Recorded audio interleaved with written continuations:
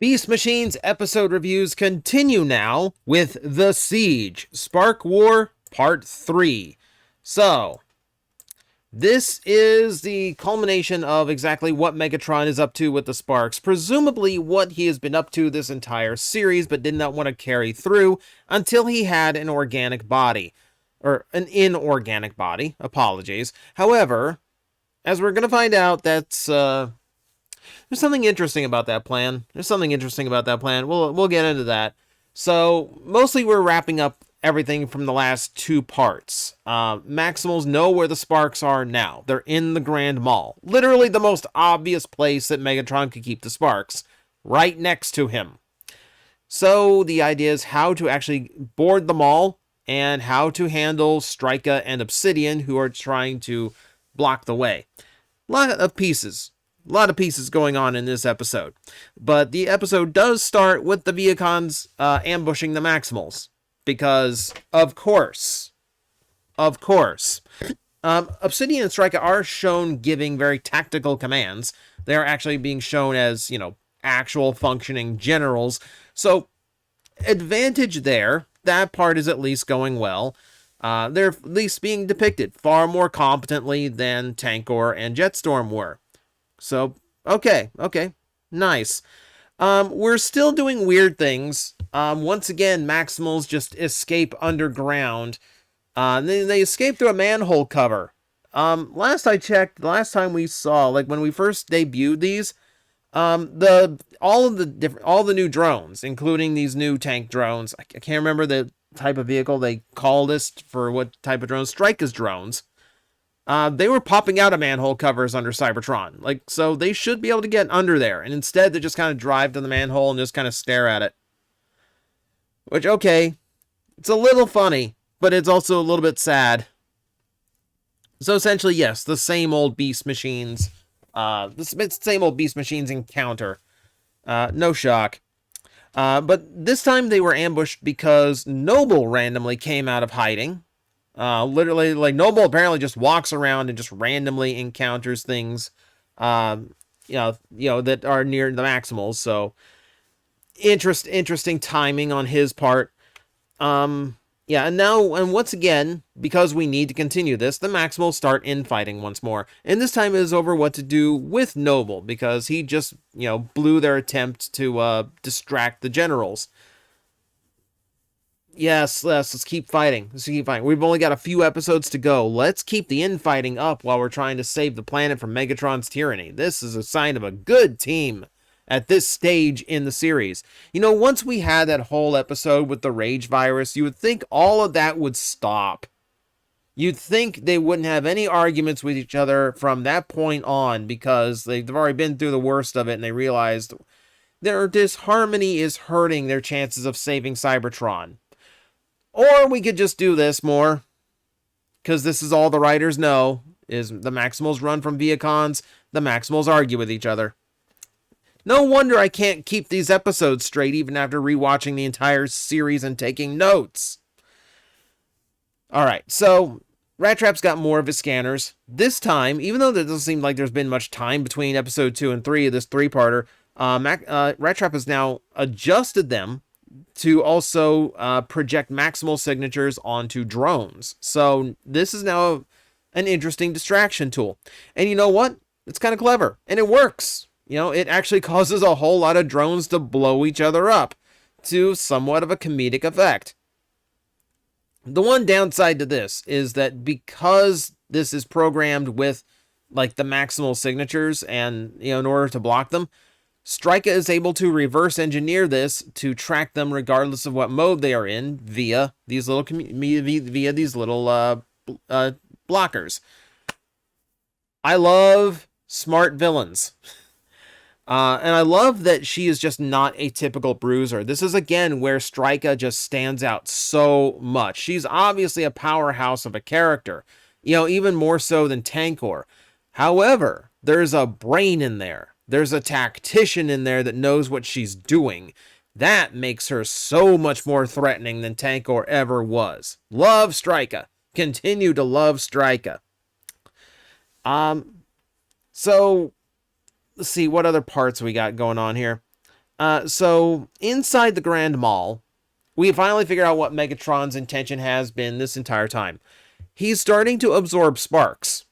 So keep in mind, during Beast Wars, they didn't merge sparks in Season 3. They took a second spark within their bodies. There was no fiction that would actually allow one spark to absorb another. But they gained power by absorbing sparks of Optimus and Megatron, G1 versions, because their forms needed to be forcibly upgraded with that extra energy in order to accommodate both sparks at the same time. But they were never joined. They were never fused. The only fused spark we ever saw was between Tigatron and Air Razor, and that's Vok technology. That's Vok doing, essentially. I don't think that happens unless the Vok merge their bodies in the first place. So that's the only precedent we have for Megatron being able to absorb the energy of sparks and become stronger. And even then, that was two sparks combining into a new being. That wasn't one staying dominant. But yeah, Megatron can just eat sparks like a Metroid now. Keep in mind, in Season 1, he refused to switch his bodies in order to gain a completely mechanical form because he did not want his spark to be vulnerable for an instant.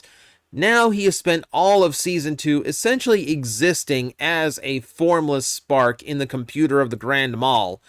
And now he's more than willing to let his spark be vulnerable. He lets his spark be completely exposed because he thinks he's gotten too powerful to stop. Oh, that's a foolish choice. That's going to backfire. We got to talk about how it backfires, by the way. But we got a few other things to get through first. We have another fight scene where it's just Maximal's running away from Viacon drones. Just in case he needed one more, we get another one.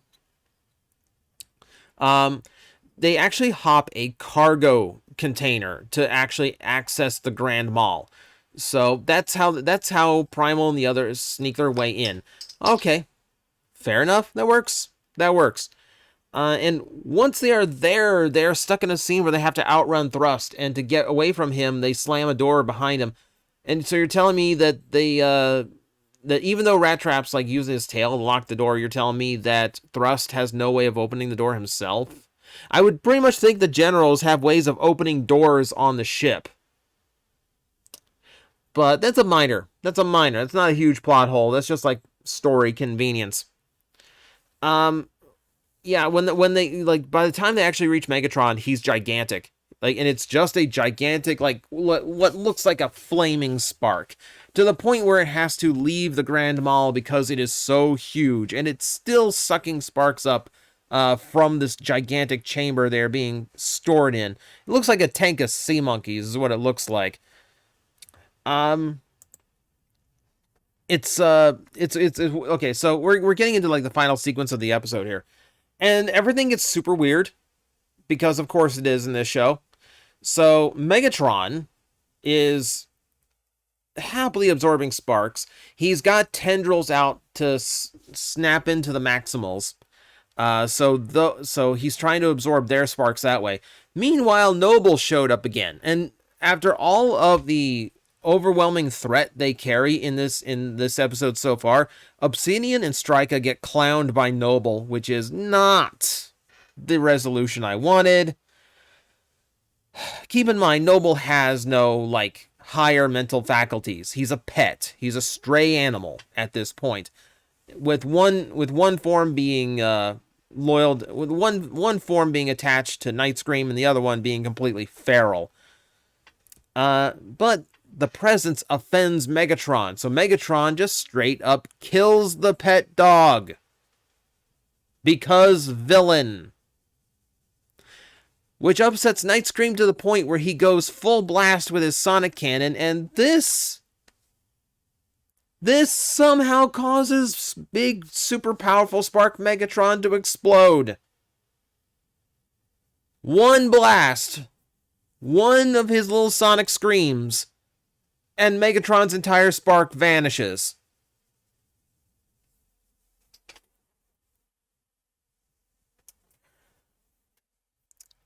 There's been moments where I have been convinced, and that yes, maybe there is some credit to like accusing this character of being a Mary Sue, of actually being like a self-insert of someone who like really is just getting way too much for being the brand new character. Keep in mind, Noble is not a well-written character. It's a trade-off from Megatron that makes no sense whatsoever in the series to even exist at all, and really didn't do much. It attacked Maximals almost as often as it attacked Viacons. Mostly, Noble shows up, scares off some cycle drones, and that's his entire contribution to the episode. At no point do you actually get like a familial connection where you're actually like kind of feel bad for it, or kind of like it's a boy and his dog story with him and Nightscream. It just basically gave Nightscream something to do during season 2, but the only reason this character exists is to draw out an emotional response when it dies in front of Nightscream. So it's almost a woman in refrigerator situation, where an essentially useless character is introduced just to give some kind of connection to a character, and then an emotional tug when that character dies. I don't like storytelling like that. I already don't like Noble as a character, both in concept and in writing, but this kind of cements just... yeah, I don't like it. I do not like it in the least. And I do not like that Nightscream is the one that gets to beat Megatron in this scene where, like, literally everything is under his control. I also don't like the fact that Megatron's entire scheme was just to eat sparks by letting his spark leave his body. Why didn't he do that? If this was his plan, it's kind of implied that this was his idea all along. Why didn't he just do this in season 1 at any given point? Once he subjugated the entire planet before the Maximals landed, he could have done it already and become supremely powerful. You know, I don't get it. Like, to do it now makes no sense, and it gives lie to everything he said in season 1. It's almost as if they're not paying attention to their own writing. So Megatron makes his spark vulnerable because ego, because power, and gets wiped out for it. Or does he? Because there's a little red spark zipping around the alleys in Cybertron to lead us into the next episode. So really we're getting like a 4-parter here, which leads into another 3-parter, so like a 7-parter. I'm going to throw in 2 more weird things before we wrap this up. Noble gets the holographic thing, the holographic memorial that Rhinox got. They don't plant a seed for him or anything. They just kind of talk nice about him, even though everybody except Nightscream has disliked the characters at this point. Also, it's interesting to find out that the Grand Mall has manual controls. Why does the Grand Mall have manual controls if Megatron is just intended to control it via spark thing? I don't know. It's a weird conclusion. It's a weird conclusion to actually get to this episode. I'm going to give it a passable score because there is some weird writing to it, but nothing that's like overtly dumb. The biggest writing issue I have is just the fact that Noble got sacrificed after being a literal non-factor in this season, and Nightscream getting to beat Megatron with one shot when he's supposed to be super powerful, feeling very self-inserty. That's a little bit weird. But beyond that, okay, passable episode to finish off the third 3-parter. So that was God, what was the episode? I'm losing my mind. That was The Siege. Join me tomorrow. It's going to be a very strange episode tomorrow, but hey, that makes it fun to talk about. Until then. We're going to have to get your names for the books. You, Pale 1. William Current. Roll me a deception check. I thought their name was Pain. Roll a disadvantage. Okay. Alright. That was like the opposite of the help action there. You, Goblin. First name D's. Watch your tongue.